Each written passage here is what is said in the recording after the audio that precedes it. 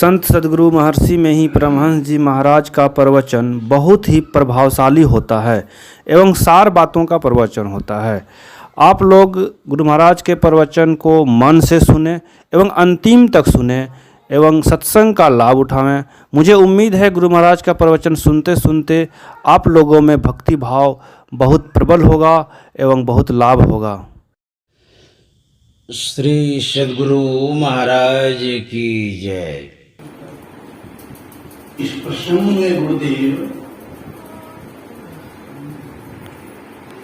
साधु बताने कृपा किए हैं कि समाज में भी हम कैसे रहे, परिवार में हम कैसे रहे, माता पिता का कितना आदर चाहिए हमारे हृदय में, पुत्र का क्या कर्तव्य होता है माता पिता के प्रति, सो भी वर्णन करते। माता पिता क्या कर्तव्य होता पुत्र पुत्री के प्रति, सो भी है। एक भाई भाई का क्या कर्तव्य होता भाई भाई के प्रति, सो भी आया है। पत्नी का क्या कर्तव्य होता पति के प्रति, पति का क्या कर्तव्य होता पत्नी के प्रति, एक प्रजा का क्या कर्तव्य होता राजा के प्रति, राजा का क्या कर्तव्य होता प्रजा के प्रति, सारी बातों को समेट कर इस प्रश्न को रख दिया बताने की बात। और कर्म तो खैर मूर्ख है, कर्म तो एक ऐसा शब्द है न हर जगह जुड़ जाता है, कर्म हर जगह जुड़ जाता है, शुभ में भी अशुभ में भी। कर्म शब्द का अर्थ बड़ा गहनाती गहन है। इस सत्संग करना भी कर्म है, सत्संग में आना भी कर्म है, सत्संग सुनना भी कर्म है, सत्संग सुनाना भी कर्म है, सत्संग सुनने में सहयोग करना भी कर्म है, और सत्संग आकर के गप करना भी कर्म है। तो गप करना कौन कर्म है सोच सकते हैं, सुनना तो कर्म है ही, गप करना भी कर्म है। सत्ता सुनने में सहयोग करना भी कर्म है, सत्ता सुनने में बाधा कर देना भी कर्म है। गप करें बदल होगी तो कौन कर्म सोच सकते हैं।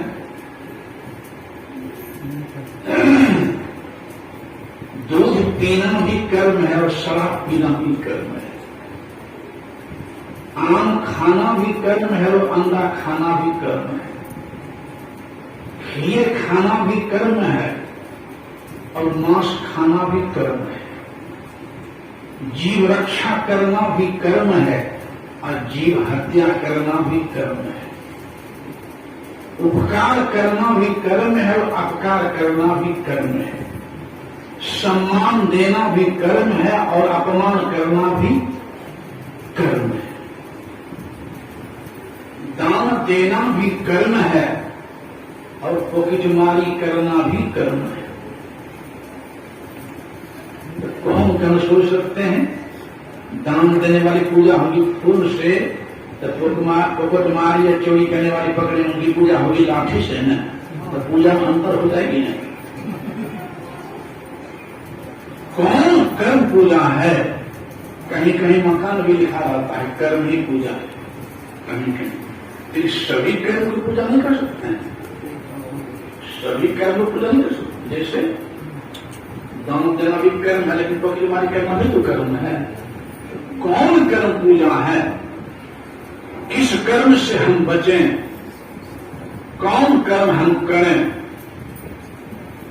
कौन कर्म का फल दुखदायी है आगे और कौन कर्म का फल सुखदायी है, यह विज्ञान बिन सत्संग विवेक न होई, राम कृपा बिन सुलभ न सोई।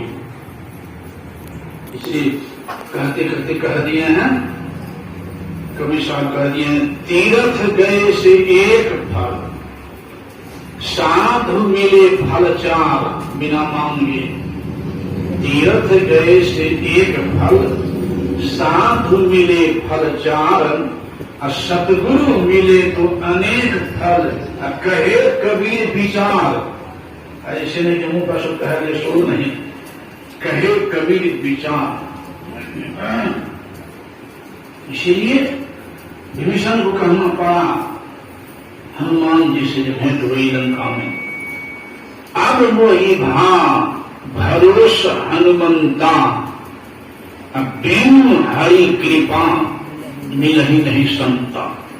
ये हनुमान, मुझे विश्वास नहीं था कि प्रभु का दर्शन होगा, लेकिन आप जैसे संत का दर्शन हो गया है, अब विश्वास हो गया है कि प्रभु का भी दर्शन जरूर होगा। अब मोहि भरोस हनुमंत, बिनु हरि कृपा मिल ही नहीं सुनता। तो जब तक सत्संग ठीक से नहीं सुनेंगे, नहीं समझेंगे, जब तक सुनेंगे नहीं तो समझ नहीं सकते हैं, और समझेंगे नहीं तो संभाले नहीं होगा, और संभाले नहीं तो सुधारे नहीं तो उधार का। सुना जाता है समझने के लिए, और समझा जाता है करने के लिए, और किया जाता है पाने के लिए। तो सुने तब न समझेंगे, और समझेंगे तब सुधारो लाएंगे, और सुधार हो तब न उधारो होगा। इसलिए भगवान राम ने से कहा था, सावधान, जब तो ही आदमी सुनने वाले थे तब कहे थे सावधान सुनो और धरो मन माई। प्रजा से भगवान कहे थे, प्रजा को बुलाए थे, एक बार रघुनाथ बुलाए, गुरु दुई पुरोगा सिन सब आए। बैठे गुरु दुजी बर मुनि सज्जन, अब बोले बचन भगत भय भंजन। क्या कहने लगे भगवान कि सुनहु सकल पूर्व जन मम पानी, कहो निकछु ममता आनी। नहीं अनीति नहीं कछु प्रभुताई, सुनहु करहु जो तुम ही सुहाई। भगवान कह रहे हैं सुनो मन लगाकर, और करना वही अच्छा लगे। जो अच्छा नहीं छोड़ देना सुने तभी नहीं। इसलिए अभी लाखों के लाख लोग जा रहे बैनाथ था। अभी मैं आ रहा था सुल्तानगंज, एकदम लाले लाल, सुल्तानगंज में एकदम लाले लाल खत्म कर फिर है। भोले बाबा के थान में जा रहे हैं, लेकिन भोला बाबा कहाँ गए हैं, क्या किए हैं, किन्हें सम्मान दिए हैं, ये होशे करिए, कल्याण होगा। स्वयं भोलेनाथ, भोलेनाथ के शंभु भी है और शंकर भी। आपकी बात नहीं कर रहा हूं, वह लिख रहे हैं। एक बार त्रेता युग माही, असंभु गए कुंभज ऋषि पाई। संग सती जग जननी भवानी, अपूज ऋषि अखिलेश्वर जानी। राम कथा मुनि बरिय बखानी, असुनी महेश परम सुख मानी। राम अतर्क बुद्धि मना बानी, अमत हमारे अस सुनरो भवानी। राम अवतार बुद्धि में से पड़े उस राम का वर्णन किया, व्यापक राम का संत कुंभल और भोलेनाथ प्रेम से सुने हैं और आनंदित हुए सुन करके हाथ जुड़ दिए। भोलेनाथ स्वयं दे रहे हैं संत कुंभल। भोलेनाथ को मान है, अब उनकी बात मानने में नहीं करे, कल्याण होगा। भगवान राम को माने, उनकी बात मानवे नहीं करें, कल्याण होगा। भगवान कृष्ण को माने, उनकी बात मानवे नहीं करें, कल्याण होगा। सदगुरु महर्षि मिहिर को माने और उनकी बात मानवे नहीं करें, कौन मानना होगा। माता पिता को माने, उनकी बात मानवे नहीं करें, कौन मानना होगा।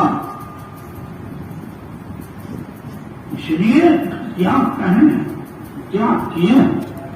भगवान श्री कृष्ण भी कह दिए, उधर मोही संत सदा अति प्यारे। मैं संतन के पीछे जाऊं, संत जहां करे बासा। संत मिले तो मैं मिल जाऊं, संत न हमसे न्यारे। परमात्मा हर जगह व्यापक है, उसे खाली कहीं नहीं है। क्या कभी प्रगट लोग कहे हैं कि माता का सेवा करो, शासन की सेवा करो, पति की सेवा करो, पवित्र भोजन करो, पवित्र आचरण रखो, नहीं कहें। अरे भगवान ये संत रूप में आए हैं तो वे सारी बातों पर वर्णन किए हैं। इसीलिए भगवान राम को कहना पड़ा शरीर के पास, इस सातम समूही मैंने देखा, अब वो से अधिक संत देखा।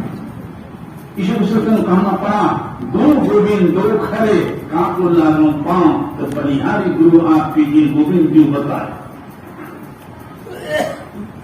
इसलिए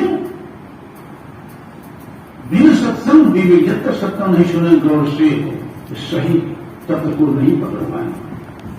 और किसने कहा दिया, संत मिले तो मैं मिले जाऊं, संत हमसे नहीं आ रहे। हम तो कह दिए हैं कि बिन सत्संग मोह ही नहीं पावे, कोटि जतन करी हारे, उठो वो ही संत सदा अति प्यारे। अगर भी कह दिए हैं, नित पद सत्संग कर ले प्यारा, तेरा काल सरे सारा। तो सत्संग करना भी एक कर्म है और सर्वोपरि कर्म है। सत्संग में दो शब्द है, सत्य और संग। सत्य कहते हैं जिसका नाश नहीं होता है, एक रस रहता है। असत्य कहते हैं जिसका परिवर्तन होता, नाश होता है। ये संसार असत्य है, हम सबों का शरीर भी असत्य है, लेकिन परमात्मा सत्य है, हम जीव सत्य हैं। इस शरीर एक मूर्ति है, शरीर हम आप नहीं हैं। शरीर एक मकान है, इस शरीर भी मकान हम आप रह रहे हैं। और जब तक हम आप इस 3.5 हाथ रूपी मकान रूपी मूर्ति में रह रहे हैं, तभी तक हम आपको रहने देगा 5 महल 10 महल मकान में। इस दिन इस 3.5 हाथ के मकान की मूर्ति से निकल जाएंगे तो 5 महला कौन कहे, झोपड़ी से भी निकाल देगा, आसमान पहुंचा देगा। बात सही है कि नहीं।